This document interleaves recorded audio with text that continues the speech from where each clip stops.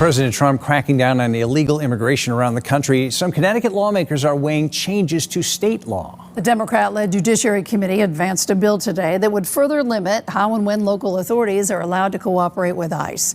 News 8 political reporter Mike Cerulli has more on this. Mike. Ann and Darren, good evening from the state capitol. Today, cops in Connecticut cannot hand a person over to ICE unless that person has been convicted of an A or B felony, has a judicial warrant, or is on a terror watch list. That is because of the state's Trust Act. Democrats moved today to expand that act. Republicans are not happy about it. It's a cute name for a bad bill.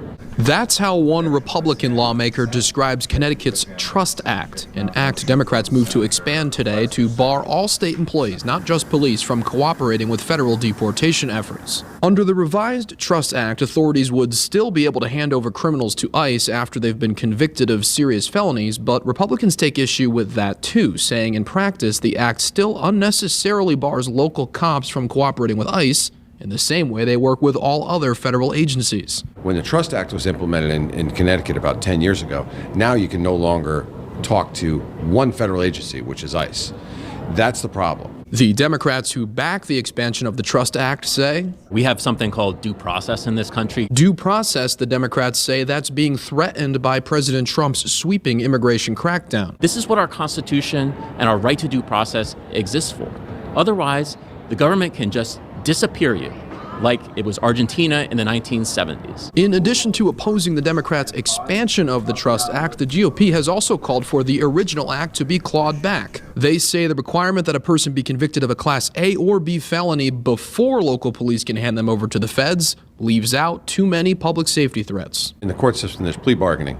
So if someone's arrested for an A or B felony, it might be subbed down to a C or a D felony, so that then they wouldn't be subjected to cooperation with this one federal agency, ICE. Republicans like Callahan, a former probation officer, want to see contact with the feds initiated when a person is charged, not convicted, of a Class A, B, or C felony. That's a change Democrats have said could amount to deputizing local cops as agents of ICE. They're not ICE agents. They're here to protect and to serve and to foster cooperation and to ensure that people, regardless of their immigration status, are being protected under the law.